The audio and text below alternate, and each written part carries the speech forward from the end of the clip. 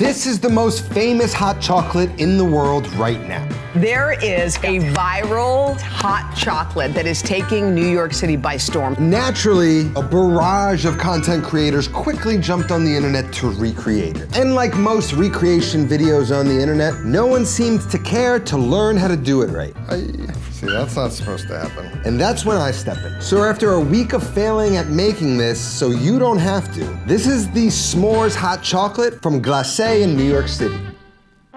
And I assure you, this is not one of those gimmicks. Otherwise, I wouldn't even bother with this. This is like the truest liquid form of a s'more that I've ever tasted. And your boy loves s'mores. But I'm gonna make it even more s'moresy than they do. But before we get into the hardest part of this recipe, the part that everyone screws up, let's get started talking about hot chocolate. Now here on Not Another Cooking Show, we actually have our own little formula for hot chocolate. After my exploration with famous hot chocolates from around the world, I blended ideas from all of them to create my ideal hot chocolate. And it starts with 2 cups of milk. Now this is a base recipe. You could add a little cream to this. You could add sweetened condensed milk, and you're gonna get different thicknesses and flavors, but I'm just going with whole milk. Then we've got our chocolate. We need 6 ounces total of chocolate, and I'm gonna use a blend. First up, we're gonna go with some 60% bittersweet chocolate, 2 ounces, a couple ounces of the semi-sweet chocolate chips, and then of course, a couple ounces of milk chocolate. Blend sort of gives you a balance of flavor, familiarity, but you can do whatever you'd like. We're at 6 ounces of chocolate. To that,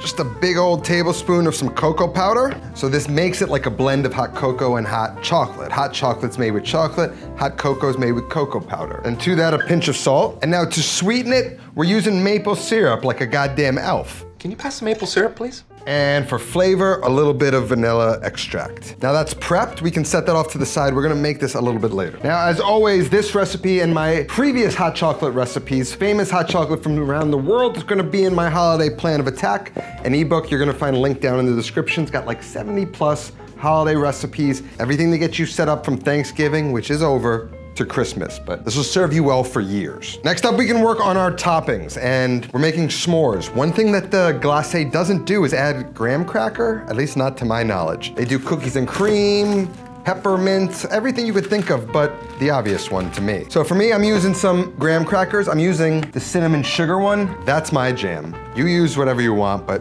I love that. I'm gonna open up a sleeve. I'm gonna take one out. I'm gonna use these as garnish to stick on top. So I'm gonna set those aside. To the rest, I'm gonna add to a bag. And I'm just gonna take out all my frustration from the year. Smash it up into a crumble. And we can add that into a bowl. This is gonna go both in our whipped cream and for some crunchies on top. Now this whipped cream, it's a little bit tighter than a whipped cream I would normally make. It uses cream, vanilla, powdered sugar, but it also has a stabilizer in it to give it that hold, which is cornstarch. So before we make the whipped cream, we're gonna add in a 1/4 cup of powdered sugar, and then we're gonna do 1 teaspoon of cornstarch to that, and then just mix it up. Then I've got my 1 cup of cream in a bowl with a whisk that I had been letting everything sit in the refrigerator to get nice and cold.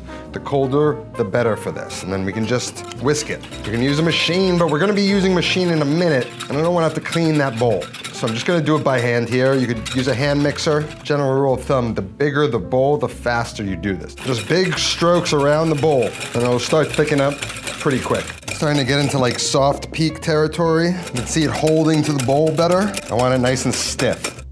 Tight like that. Now we're gonna add in this mixture. Just whisk that in. It's what you want. Then to that, we're gonna add in some of the graham cracker. Switch to a spatula, get it mixed in. You have a lovely, stable whipped cream. Now next up is the tricky part, and it is the making of the marshmallow fluff, which can be made 2 ways. There's a way where you make syrup and add it to gelatin and whip it to create the marshmallow, or you can make a meringue. I'm not particularly good at meringues, but I'm choosing to go that route, and we're going to make an Italian meringue. Why? Maybe because I like a challenge. Now here's the pain in the ass. We need to use egg whites and whip them in this, but if there's any ounce of egg yolk stuck in the white, if there's any oil in the bowl, or any utensil you use, or in the tablespoon where you measure the cream of tartar. A finicky recipe will screw up the stiff peak that we need to get that creates a lot of air and a marshmallow that we can then toast on the rim of a glass. It's also important that this thing is thick enough to hold the rim of the glass when we torch it without melting in. And that is the thing I see most people doing. Once they go to torch it, just falls into the hot chocolate, and that's not how it's supposed to be. So I've washed my hands. I've hand washed, not with a sponge, with my hand, with soap, the inside. You can take some lemon juice or some vinegar, wipe it dry with that, and that'll kind of clean it of any oil. Next up, we need to get the egg whites, which, is another finicky thing. Now I might have grease on my hands, so what I'm gonna do is use some gloves to do this, just to ensure sort of a clean environment on the egg white. I did this 4 or 5 times. I'd rather be safe than sorry. Room temp eggs I found to work better than cold eggs. Leave them out, make sure they're nice and warm. And we're not gonna crack them into the bowl. God forbid we mess up an egg, we gotta clean everything out. So I'm gonna do it in a separate bowl. I'm gonna gently crack open. I'm gonna pass it, and once I get all that white off, I'm gonna toss the yolk in one and save it, toss the shell. And I'm looking for a really clean, uncloudy egg white. I'm really paranoid about this, so I go very gentle. Oh, I wasn't very gentle. Now, one of the things that might get in the way of building a stable meringue is anything heavy that might weigh the air bubbles down. Mind you, this is a technique developed all on my own. I don't know if it's sound, but I'm gonna just kind of push the egg white through a strainer. Should catch any shell that was remaining, any sort of heavy protein in the egg that might not blend well. And it's just a level of paranoia that I've had to develop such a method to do this. Just gonna take a wood spoon, something that probably has no grease on it and is nice and clean, and just push it through. Again, if you're a baker and you're looking at me do this and you think I'm crazy, I have a long history with meringue, and it's basically me just failing at doing it the whole time. Now to that, we're gonna add cream of tartar, which is another sort of stabilizer. We're gonna add a ½ teaspoon. Again, you want this utensil nice and clean. And then we're just gonna do 2 tablespoons of sugar to start. And again, we're gonna add that syrup later. Now this is prepped. I'm not gonna start it quite yet. I've been holding this here because it's nice and clean. I don't want it to touch any surface. So when I wanna go in, I kinda hate this commercial version because of this. So I gotta kinda bring it in with the thing. And now this is ready to go. Now come with me over here. Now here, you don't see me use this often. This is more for my cooking school where I talk to you in a different way over on Patreon. Go check that out, a link's gonna be down below. But I need to take this mixture, which I'm gonna make, which is going to be water. I'm going to add that right in there. That's a ½ cup of water. Then I'm gonna add in 2/3 cup of light corn syrup. This is also gonna act as a stabilizer. It's gonna prevent crystallization, which is another bane of my existence when I try and make a caramel or a syrup. And then to that, I'm just gonna add 2 cups of sugar right into the center. I'm gonna allow it to just sort of cascade down, and I just wanna prevent it from touching the walls. And what's nice about this tool, which is the Breville Control Freak, this is not an ad. This is just useful for this particular situation. I don't have a candy thermometer, and you kind of need to do this quickly. At home, I'd have the pan there, the machine there. When it's done, move it over. But I don't want to move lights. I want to just kind of flow through making this so I don't screw it up. So this comes with a thermometer that plugs into the Breville so I can set the temperature to exactly what I want, which is 245 degrees. Now this was my first mistake. You should know 245 is not the right temperature. I got it confused. We will correct that later. 240 is what a lot of these recipes call for, but I find it a little firmer at 245. And so I've got the thermometer in there, that's gonna just track the temp. And once it's at 120, then I'm gonna start beating the egg whites. While that happens, I've got a ½ cup of water here and 1 packet of gelatin powder.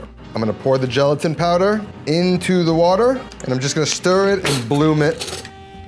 So we're just gonna keep an eye on this until it reaches first 220, which cues us to start whipping our egg whites. Then when it gets at 245, that's when we're gonna use it. So we're at 223.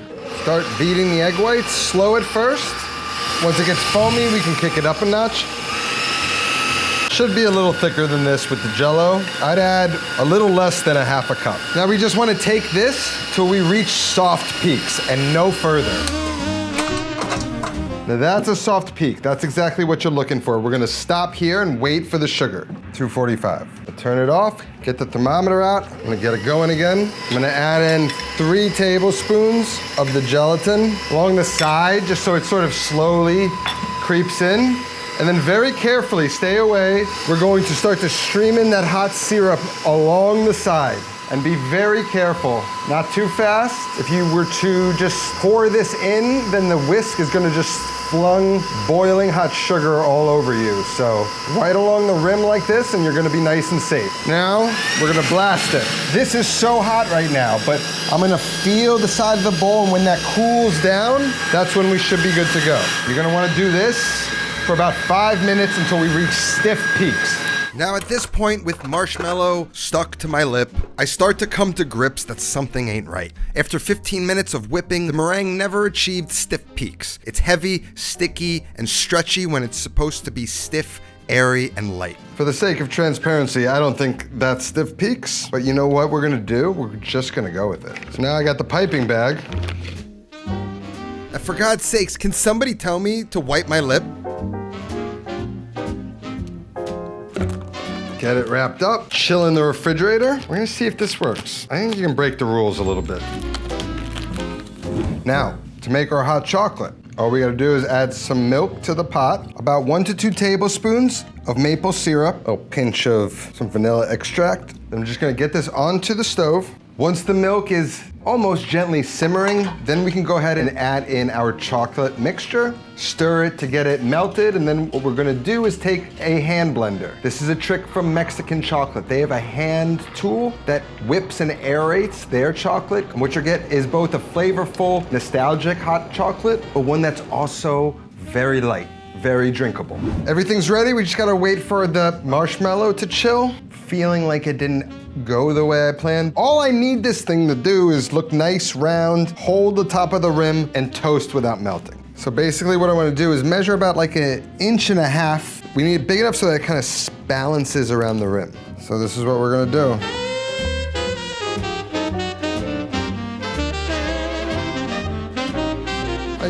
See, that's not supposed to happen. Now we toast it. See, at least I'll admit I did it wrong and redo it until I get it right.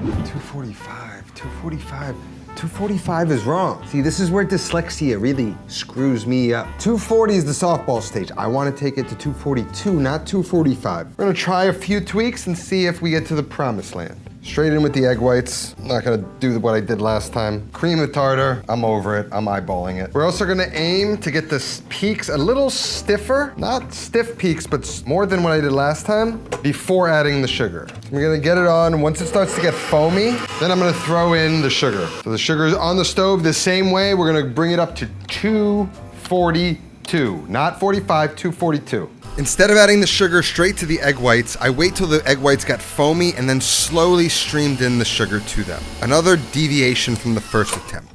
That's a little stiffer. There's more air worked into it. I think this is gonna work out and perform a little better. Work in the gelatin. And then stream in the sugar. It's looking better. That's voluminous. Guys, we did it. I f***ing did it. This has been my life all week. All right, I'm done. I don't care it's not fully cooled. We're getting this in a piping bag, and we're rolling. It's not as sticky, it's more fluffy. Guys, I think this is gonna work. So much fluffier. If this doesn't work, this is gonna be the last day you see me. Got my torch, my whipped cream, my graham crackers. I think what they do is they start in the cup and then go around.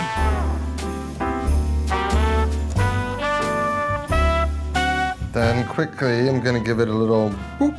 Now I'm gonna torch it. In with our hot cocoa. Finish with the whipped cream. Oh my God, what a goddamn beauty. I don't think you can appreciate how satisfying this is for me. It's ruined my life for half this week. You see that stabilized whipped cream? See what it does? It holds up to the heat. So what you do is you take a graham cracker and you get everything with it. And that is the ultimate liquid bite of s'mores. It's so good. You can't even imagine. It's ridiculous. Let's try another version of this. Now, to be perfectly clear, this recipe is completely ridiculous in the best way possible. And for me to say that about a viral recipe says something. This and all my holiday recipes are in my holiday plan of attack, again, linked down in the description. One of these single best ways to support me this time of year just helps me pay all the people who help me throughout the year, cut a little piece off for them. You hear what I'm saying? That's all I got today. I'll see you next time. Until then, take care of yourself and go feed yourself.